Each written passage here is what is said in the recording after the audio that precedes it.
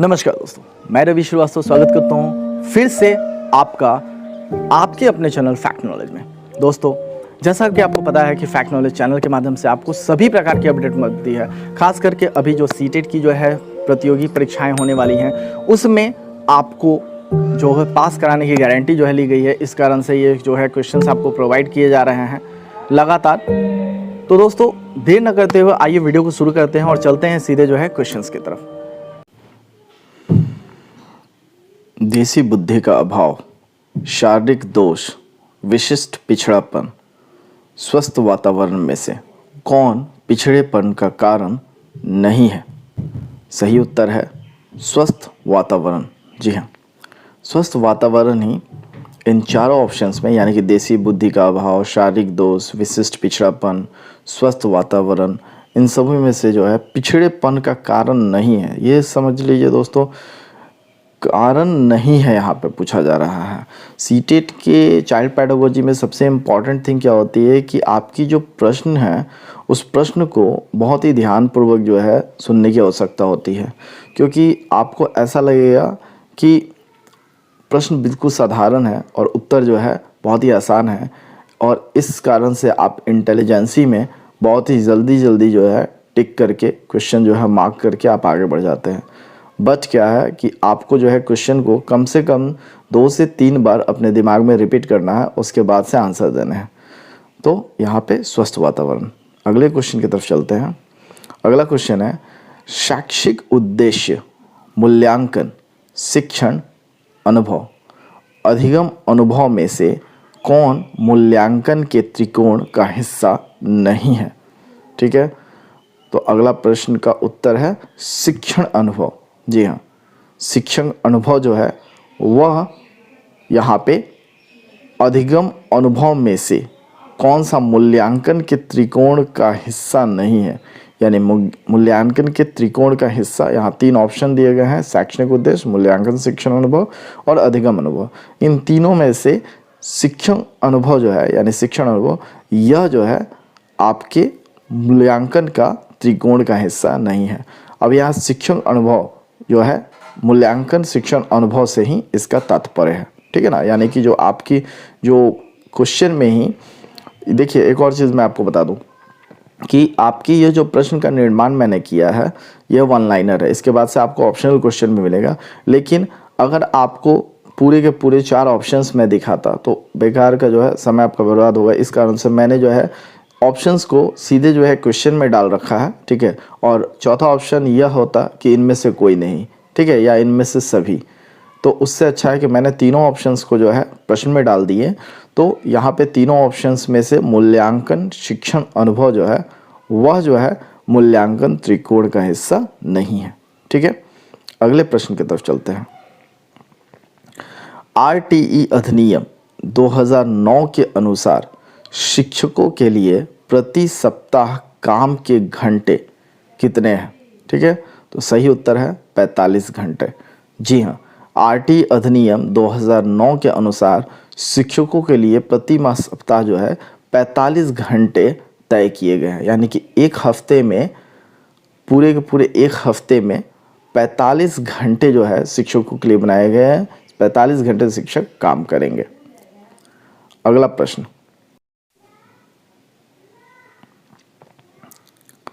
सीखने की प्रेरणा की कमी। यहाँ देखेंगे, सीखने की प्रेरणा की कमी, रचनात्मकता को विकसित करने के लिए कोई अवसर नहीं, उनके रहने की स्वस्थ स्थिति और विद्यालय में भेदभावपूर्ण व्यवहार का सामना करना में से कौन सामाजिक रूप से वंचित की समस्या नहीं है? यानी कि सामाजिक रूप से जो वंचित हैं उनकी समस्या इन चारों ऑप्शंस में से कौन सी नहीं है? प्रश्न देखिए, बिल्कुल जो है टिपिकल नहीं है, थोड़ा सा जो है ध्यान देंगे तो बिल्कुल आपको समझ में आना है। यानी कि यहाँ 4 ऑप्शंस है, सीखने की प्रेरणा की कमी, रचनात्मकता को विकसित करने के लिए कोई अवसर नहीं, उनके रहने की स्वस्थ स्थिति और विद्यालय में भेदभावपूर्ण व्यवहार का सामना। करना में से कौन से सामाजिक रूप से वंचित की समस्या नहीं है? तो सही उत्तर है यहाँ पे उनके रहने की स्वस्थ स्थिति। अगला प्रश्न है, मानदंड रचनात्मक योगात्मक CCE में से एक प्रकार का मूल्यांकन कौन सा नहीं है? यानी इनमें से कौन सा मूल्यांकन का प्रकार नहीं है? मानदंड रचनात्मक योगात्मक और CCE यानी कि comprehensive and continuous evaluation, CCE, ठीक है, सतत व्यापक मूल्यांकन इसका फुल फॉर्म होता है। तो इन चारों में से कौन सा मूल्यांकन का प्रकार नहीं है? तो यहाँ पे सही उत्तर है मानदंड, ठीक है। अगला प्रश्न, डैश बच्चों में अमूर्त अवधारणा को अवशोषित करने की क्षमता होती है। प्रश्न एक बार सुने फिर से, डैश बच्चों में अमूर्त अवधारणा को अवशोषित करने की क्षमता होती है। तो यहाँ पे फिल करना है, सही उत्तर होगा प्रतिभाशाली। जी हाँ, प्रतिभाशाली बच्चों में अमूर्त अवधारणा को अवशोषित करने की क्षमता होती है, ठीक है। प्रतिभाशाली जो भी बच्चे होते हैं उनमें अमूर्त अवधारणा को अवशोषित करने की क्षमता होती है। मैं आपको बता दूं कि ये जो भी प्रश्न है यह 10 प्रश्नों का सीरीज़ है, ठीक है। ज़्यादा प्रश्न आपको नहीं दूंगा ताकि प्रतिदिन आपको बहुत ज़्यादा मेहनत नहीं करना पड़े, लेकिन मैं आपको जैसा कि पहले भी बताया हूँ कि आपकी जो सीटेट की परीक्षा है उस सीटेट की परीक्षा आप इन प्रश्नों से अवश्य ही क्वालिफाई कर जाएंगे। इसलिए लगातार जो है चैनल पे बने रहें और इन वीडियोस को देखने के बाद से प्लीज़ जो है आपसे आग्रह है कि लाइक करें और भी जो भी शिक्षक मित्र हैं जो सीटेट की तैयारी कर रहे हैं उनको यह वीडियो जो है अवश्य शेयर करें, ठीक है। मैं आपको बता दूं कि इन क्वेश्चंस को बनाने में बहुत मेहनत लगती है सर, बहुत ही कम्युनिकेशन करना पड़ता है, बहुत ही ज़्यादा कैलकुलेशन करना पड़ता है, तब जाकर के ये चुनिंदा प्रश्न तैयार होते हैं।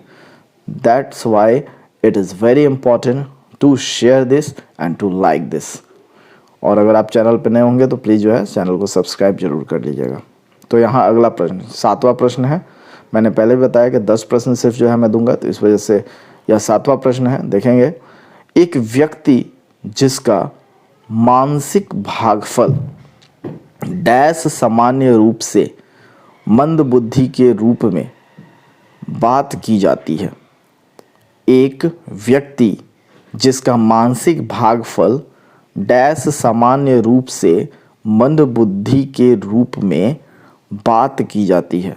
तो यहाँ पे फिल करना है 70 से नीचे। जी हाँ, एक व्यक्ति जिसका मानसिक भागफल 70 से नीचे, ठीक है ना, तो उसको सामान्य रूप से मंद बुद्धि के रूप में बात की जाती है। यानी कि जो है माना जाता है उन्हें कि वह मंद बुद्धि के रूप में है। 70 से अगर उनकी जो है IQ है नीचे तो भागफल। आगे चलते हैं। डैश मस्तिष्क की रचना और कार्य में अंतर के परिणाम स्वरूप, डैश मस्तिष्क की रचना और कार्य में अंतर के परिणाम स्वरूप। सही उत्तर है डिस्लेक्सिया। इस बीमारी के बारे में मैंने पहले भी चर्चा की, अगर संभव हो तो आप डिस्लेक्सिया पे पूरी की पूरी आर्टिकल जो है पढ़ लें, क्योंकि डिस्लेक्सिया से रिलेटेड बहुत से प्रश्न जो है अक्सर परीक्षा में पूछे जाते हैं और थोड़ा सा घुमा करके पूछे जाते हैं। प्रश्नों का प्रकार देखिए, मैं आपको बता दूं, अभी जितनी भी मैं प्रश्न आपको मैंने ऊपर से नीचे तक जो है दिए, इन सारे को प्रश्न को जब आप सुनते होंगे तो थोड़ा सा अटपटा ज़रूर लगता होगा, ठीक है। तो मैं आपको बता दूं कि ऐसे प्रश्न जो कि आपको बिल्कुल आसानी से बिल्कुल समझ में आ जाते होंगे, तो समझ लीजिए कि जो है वो प्रश्न जो है रेगुलर है, तुरंत समझ में आते। लेकिन ऐसे प्रश्न जो कि थोड़ा घुमा करके दिए हों, उन प्रश्नों को ध्यान से पढ़ना जरूर जो है चाहिए। इसलिए क्योंकि ऐसे प्रश्न ही जो है ज़्यादातर परीक्षा में आते हैं, जो आपको थोड़ा अटपटा लगेगा, जो लगेगा कि अरे ऐसे प्रश्न को पूछने का क्या तात्पर्य बनता है, बट ऐसे प्रश्न जो है आपसे पूछे जा सकते हैं परीक्षा में, ठीक है। तो ध्यान रखें। तो आगे चलते हैं। अगला प्रश्न है, सेकेंड लास्ट क्वेश्चन है यहाँ पे। सामान्य और विशिष्ट कारक सिद्धांत किसके द्वारा प्रतिपादित किया गया है? सही उत्तर है स्पीयरमैन। अगला प्रश्न, अंतिम प्रश्न की तरफ जो है हम लोग बढ़ रहे हैं। तनाव में कमी के अप्रत्यक्ष तरीकों को अक्सर कौन से रूप में जाना जाता है?